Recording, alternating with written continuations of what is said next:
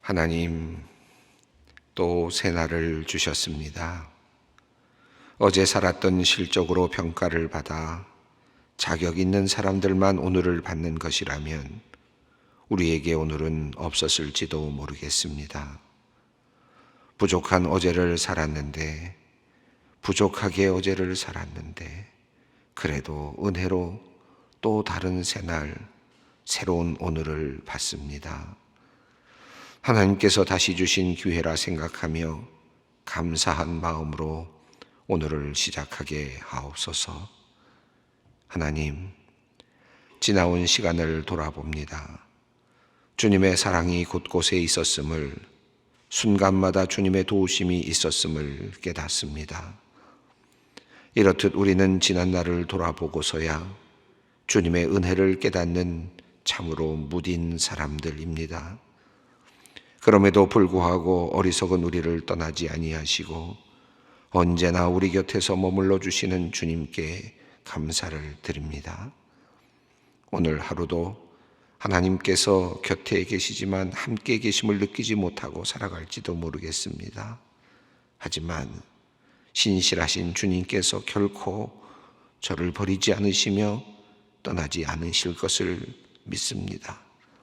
이 믿음 가지고 구원받은 자답게 마음껏 기뻐하며 살게 하시고 사랑하며 덕을 세우며 살게 하여 주시옵소서. 하나님, 어제 수능 시험을 끝내고 곤히 잠들어 있는 우리 아이들을 위해 기도합니다. 이른 아침부터 긴 시간 동안 고사장에 앉아 시험을 봤던 우리 자녀들입니다. 1년 동안 혹은 1년이 넘도록 마음고생도 많았습니다. 특별히 코로나19로 혼란스러운 시간도 보냈습니다. 모든 수고를 마치고 결과를 기다리는 우리 아이들에게 안식을 주시고 평안을 내려 주시옵소서. 하지만 우리 자녀들 중에는 안식을 누리기보다 후회와 안타까움으로 낙심하고 있는 아이들도 있는 줄 압니다. 최선을 다하려 했는데 실수가 있어 마음이 아픈 아이들이 있고 예상되는 결과가 좋지 않아 마음이 무거워진 아이들도 있습니다. 인생이 수능 시험으로 모두 결정되는 것도 아닌데 너무 낙심하지 않았으면 좋겠습니다.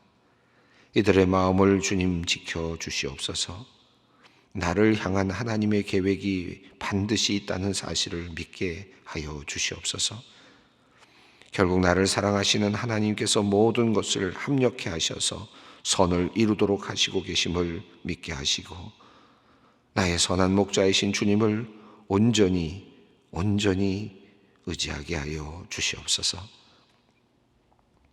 하나님, 수능은 끝이 났지만 앞으로도 논술과 면접, 실기 등 여러 가지 헤쳐나가야 할 수많은 난관들이 있습니다. 모든 길목마다 주님께서 함께하여 주시옵고 주님께서 좋은 길로 인도하여 주시옵소서. 주님께서 주시는 지혜와 총명으로 모든 일들을 넉넉히 잘 감당케 하여 주시옵소서. 지금까지 자녀들을 위하여 기도하노라 자신의 몸도 돌보지 않고 기도의 자리를 지킨 부모님들이 있습니다. 자녀를 사랑하는데 도울 방법이 없어 그저 기도할 뿐입니다. 사랑하기에 자녀들만 생각하면 눈물이 나옵니다. 하나님, 저들의 눈에서 눈물을 닦아주시고 저들의 수고로운 사랑의 노동이 아름다운 열매가 되어 돌아오게 하여 주시옵소서. 부모님들의 마음을 주님께서 지켜주시고 결코 자녀를 바라보며 실망하거나 노여워하지 않게 하시며 사랑과 온유함으로 자녀들을 끝까지 돌아보게 하여 주시옵소서.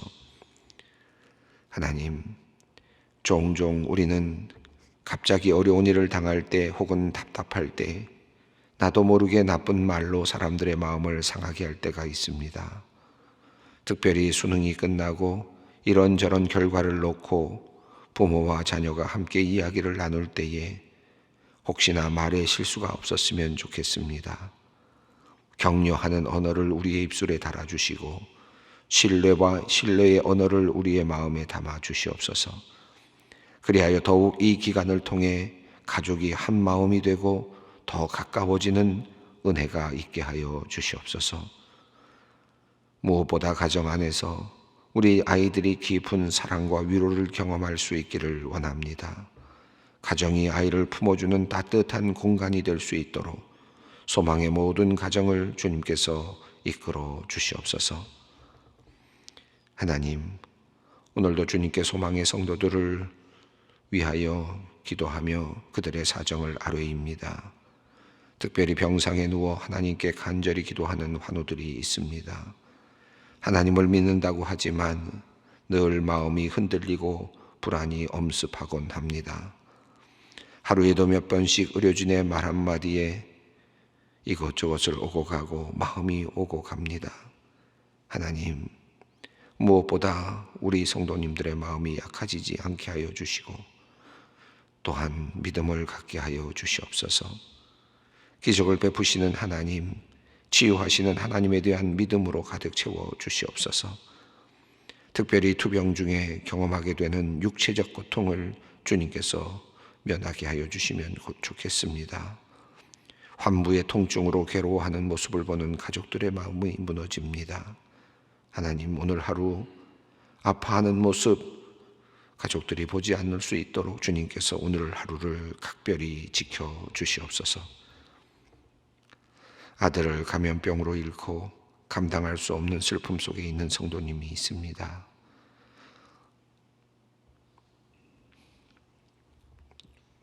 주님께서 이 슬픈 아픔을 견딜 수 있도록 위로와 힘을 내려 주시옵소서. 도저히 받아들이기 어려운 현실이오나 주님께서도 아들을 잃으셨으니 그 마음을 헤아리시리라 믿습니다. 주님께서 유족들과 함께 하시고 장례의 절차에 속에서 함께 하여 주시며 부활의 소망으로 그들을 위로하여 주시옵소서. 오늘도 감염병에 걸려 병상에 있는 성도님들을 주님께서 각별히 지켜주시고 다시 회복시켜 주시옵소서. 하나님, 오늘부터 내일까지 소망교회 장로님들과 목회자들이 함께 모여 당연 워크숍을 개최합니다. 코로나19로 변화된 사회를 진단하며 우리 소망교회 상황을 돌아보며 지혜를 나누는 시간입니다. 또한 우리 장로님들과 목회자들이 주님을 향한 헌신의 마음과 교회를 향한 사랑의 마음을 서로 나누며 격려하는 시간입니다. 처음부터 마지막까지 알차고 복된 시간이 되게 하여 주시옵소서. 이를 위해 수고하는 당의 서기 장로님을 비롯한 모든 준비위원들과 직원들이 이번 행사를 통하여 좋은 결과를 기쁨으로 거두게 하시고 큰 자부심을 얻고 위로를 얻게 하여 주시옵소서. 이제 말씀을 듣습니다. 주님께서 말씀하실 때 우리의 마음의 문이 열리고 우리의 눈이 열리게 하시고 우리의 귀가 열려 참된 복음을 받고 누리게 하여 주시옵소서. 예수 그리스도의 이름으로 기도드리옵나이다. 아멘. 오늘 말씀은 사무엘상 27장 1절로 28장 2절까지 말씀입니다. 함께 봉독하겠습니다. 다윗이 그 마음에 생각하기를 내가 후일에는 사울의 손에 붙잡히리니 블레셋 사람들의 땅으로 피하여 들어가는 것이 좋으리로다. 사울이 이스라엘 온 영토 내에서 다시 나를 찾다가 단념하리니 내가 그의 손에서 벗어나리라 하고 다윗이 일어나 함께 있는 사람 600명과 더불어 가도왕 마옥의 아들 아기스에게로 건너가니라. 다윗과 그의 사람들이 저마다 가족을 거느리고 가드에서 아기스와 동거하였는데 다윗이 그의 두 아내 이스라엘의 여자 아히노함과 나발의 아내였던 갈멜 여자 아비가일과 함께 하였더니 다윗이 가드에 도망간 것을 어떤 사람이 사울에게 전하매 사울이 다시는 그를 수색하지 아니하니라. 다윗이 아기스에게 이르되 바라건대 내가 당신께 은혜를 입었다면 지방 성읍 가운데 한 곳을 내게 주어 내가 살게 하소서. 당신의 종이 어찌 당신과 함께 왕도에 살리이까 하니 아기스가 그날에 시글락을 그에게 주었으므로 시글락이 오늘까지 유다 왕에게 속하니라. 다윗이 블레셋 사람의 지방에 산 날수는 1년 4개월이었더라. 다윗과 그의 사람들이 올라가서 그술 사람과 기르스 사람과 아말렉 사람을 침노하였으니 그들은 옛적부터 술과 애굽 땅으로 지나가는 지방의 주민이라. 다윗이 그 땅을 쳐서 남녀를 살려두지 아니하고 양과 소와 나귀와 낙타와 의복을 빼앗아 가지고 돌아와 아기스에게 이르매 아기스가 이르되 너희가 오늘은 누구를 진노하였느냐 하니 다윗이 이르되 유다 네겝과 요라무엘 사람의 네겝과 겐 사람의 네겝이니이다 하였더라. 다윗이 그 남녀를 살려서 가드로 데려가지 아니한 것은 그의 생각에 그들이 우리에게 대하여 이르기를 다윗이 행한 일이 이러하니라 하여 블레셋 사람의 지방에 거주하는 동안에 이같이 행하는 습관이 있었다 할까 두려워함이었더라. 아기스가 다윗을 믿고 말하기를 다윗이 자기 백성 이스라엘에게 심히 미움을 받게 되었으니 그는 영원히 내 부하가 되리라 하고 생각하니라. 그때에 블레셋 사람들이 이스라엘과 싸우려고 군대를 모집한지라. 아기스가 다윗에게 이르되 너는 밝히 알라. 너와 내 사람들이 나와 함께 나가서 군대에 참가할 것이라니라. 다윗이 아기스에게 이르되 그러면 당신의 종이 행할 바를 아시리이다 하니 아기스가 다윗에게 이르되 그러면 내가 너를 영원히 내 머리 지키는 자를 삼으리라 하니라. 다윗은 두 번이나 사울을 죽일 수 있는 기회가 있었습니다. 엔게디에서 그리고 광야에서 죽일 수 있는 기회가 있었습니다. 그럼에도 불구하고 다윗은 사울을 죽이지 않았고 그리고 또 사울은 그때마다 자기 자신의 잘못을 이야기하기도 했고 또 내가 너를 해하지 않겠다라고도 이야기하면서 그렇게 또 헤어지곤 했습니다. 그럼에도 불구하고 사울은 여전히 아마도 다윗에 대한 경계를 늦추지 않았던 것 같고 어떻게 해서든지 다윗을 제거해야 된다고 하는 그런 마음이 있었던 것으로 보여집니다. 자, 오늘은 이렇게 두 번이나 사울을 죽일 수 있었던 상태에서 죽이지 않고 놓아둔 상태에서 이제 자기 길로 각자 사울은 사울의 길로 또 다윗은 다윗의 길로 갔다라는 이야기로 끝맺음을 한 이후에 어떤 일이 있었는지에 대한 내용입니다. 서로 그렇게 헤어진 후에 다윗이 어떤 한 지역에 정착해서 유대 지역 중에 어느 지역을 정착해서 그곳에서 또 나름대로 어떤 하나의 그 군락을 이루면서 살 수도 있지 않았을까. 두 번이나 사울을 이렇게 죽일 수 있었는데도 죽이지 않았기 때문에 어떤 이스라엘 땅의 어떤 한 주변 지역이라든지 어떤 지역에 그들이 머물면서 서로 공존할 수도 있지 않았을까라고 생각이 들지만 다윗은 그렇게 하지 않았던 것 같습니다. 오늘 1절 말씀 다윗이 어디로 가고 있는지 자세히 알려주고 있습니다. 한번 읽어보겠습니다. 다윗이 그 마음에 생각하기를 내가 후일에는 사울의 손에 붙잡히리니 블레셋 사람들의 땅으로 피하여 들어가는 것이 좋으리로다. 사울이 이스라엘 온 영토 내에서 다시 나를 찾다가 단념하리니 내가 그의 손에서 벗어나리라 하고.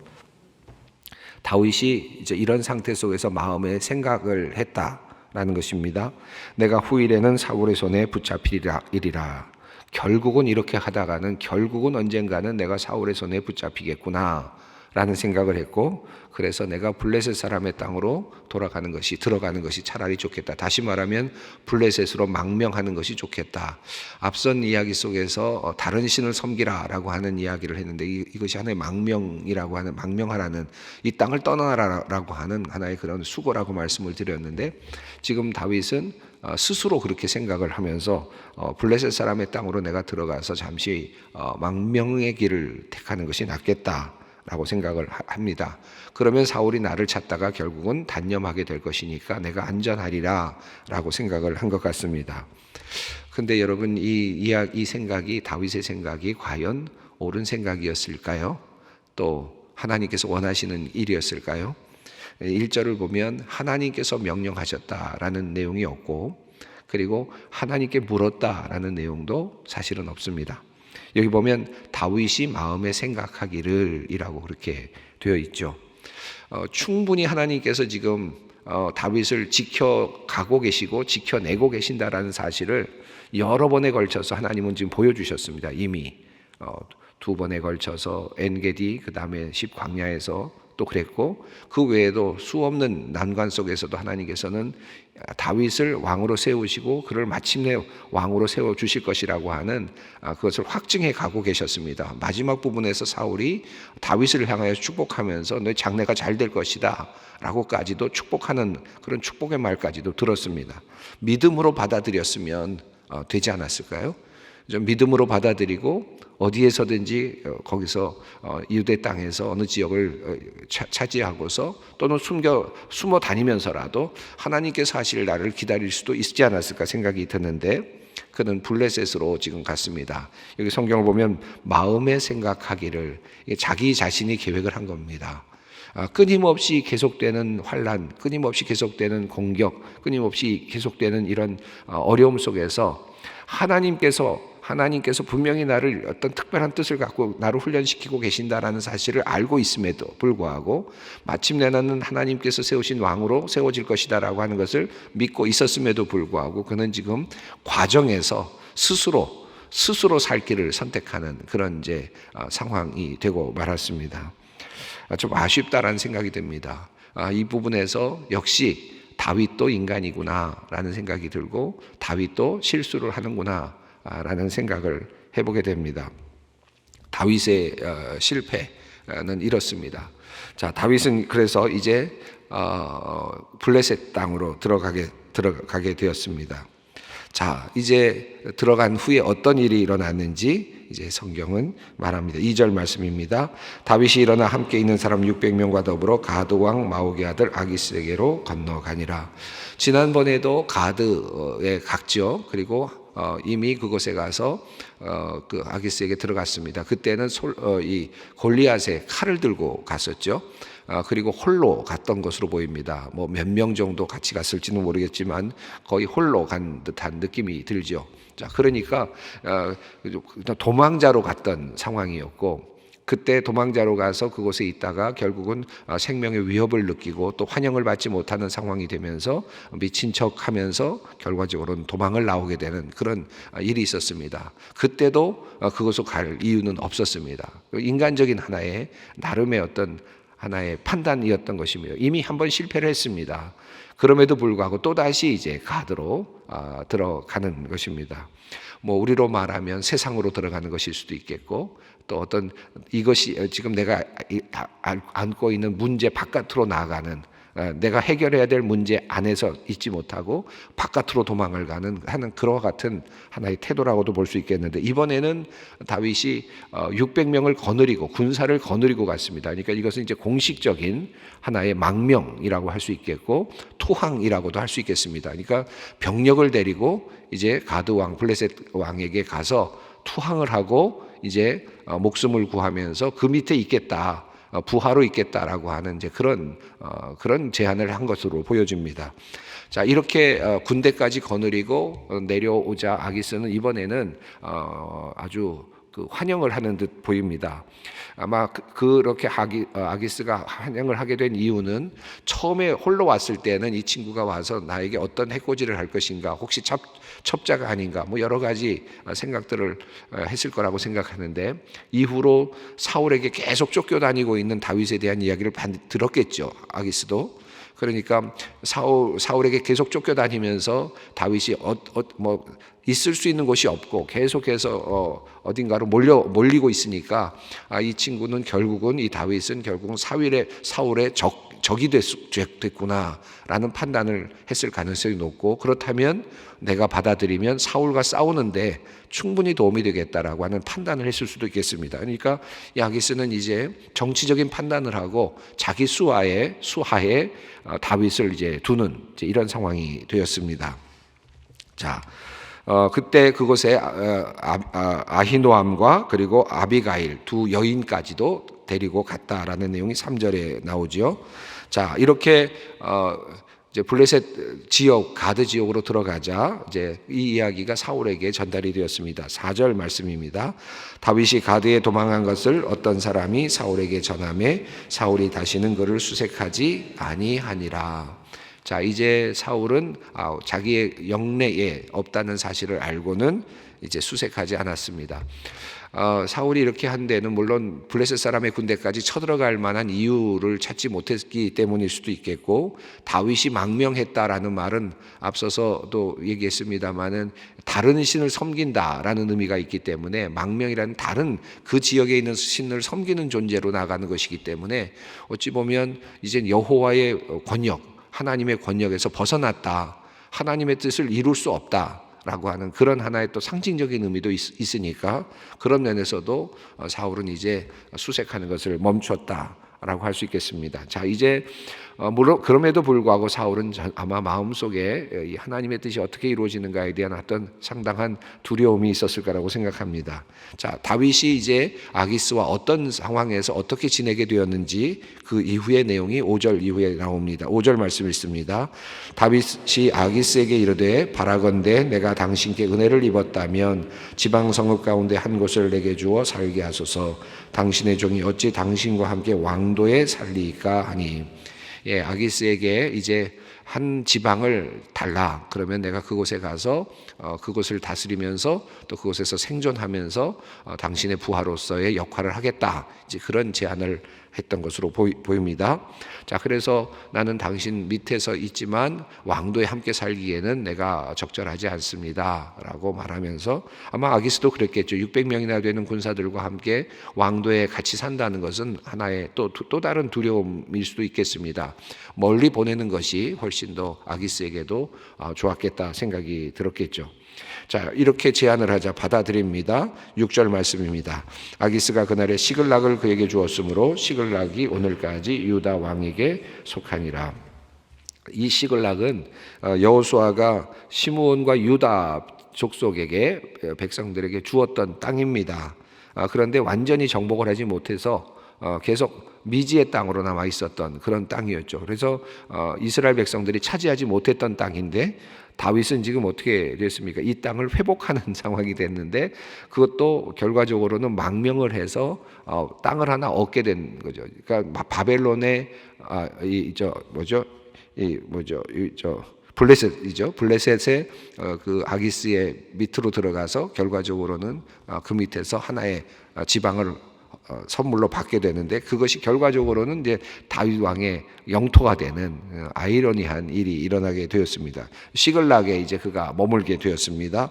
7절 말씀입니다. 다윗이 블레셋 사람들의 지방에 산 날수는 1년 4개월이었더라.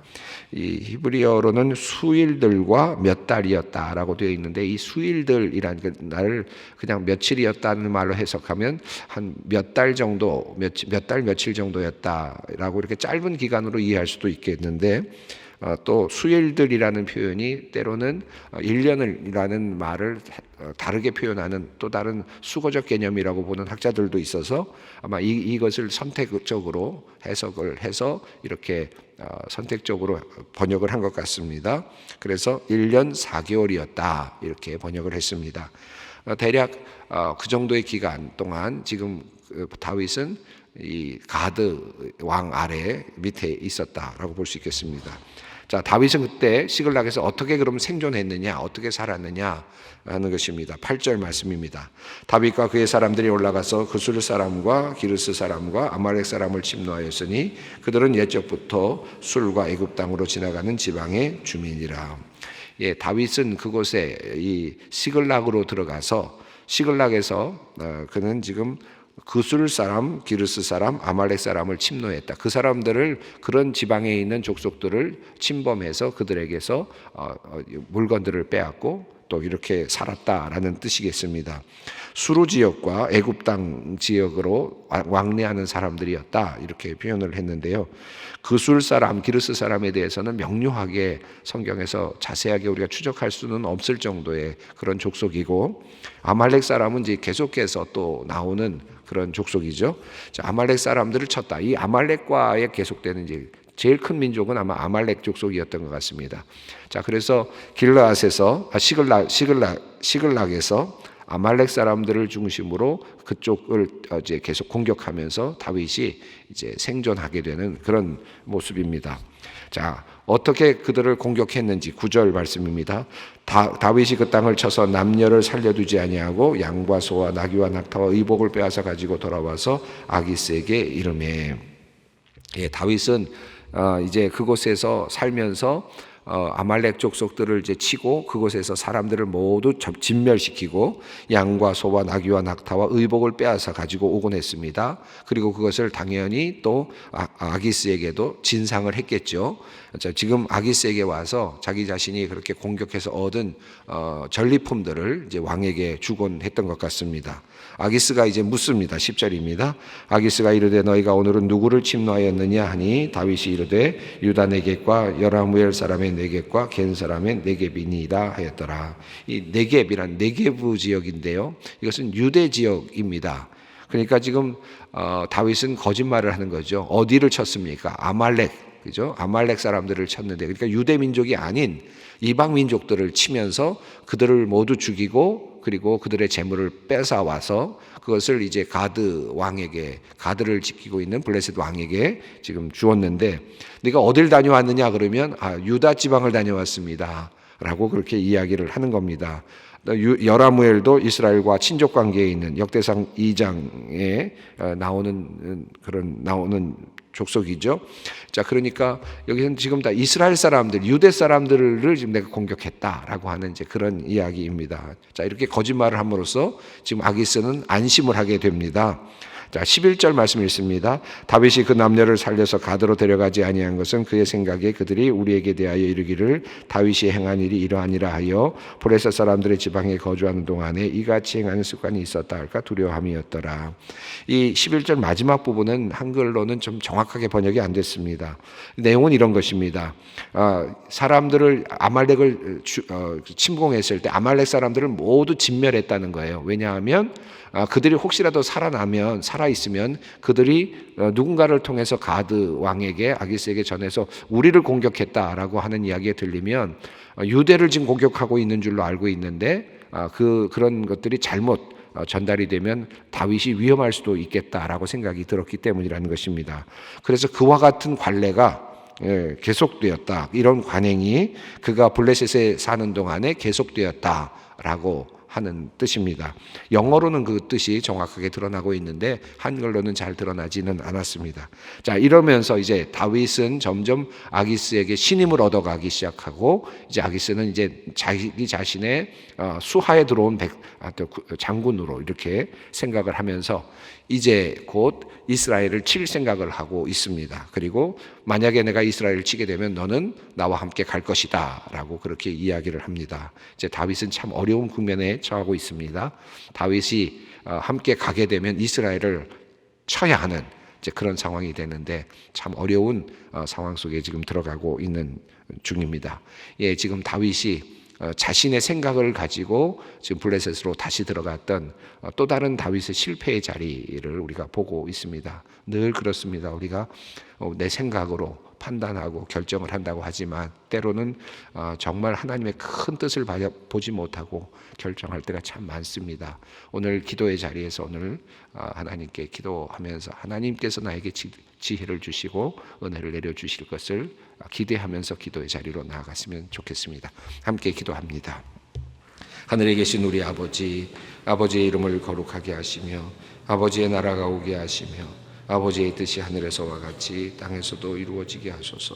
오늘 우리에게 일용할 양식을 주시고 우리가 우리에게 잘못한 사람을 용서하여 준 것 같이 우리 죄를 용서하여 주시고 우리를 시험에 빠지지 않게 하시고 악에서 구하소서. 나라와 권능과 영광이 영원히 아버지의 것입니다.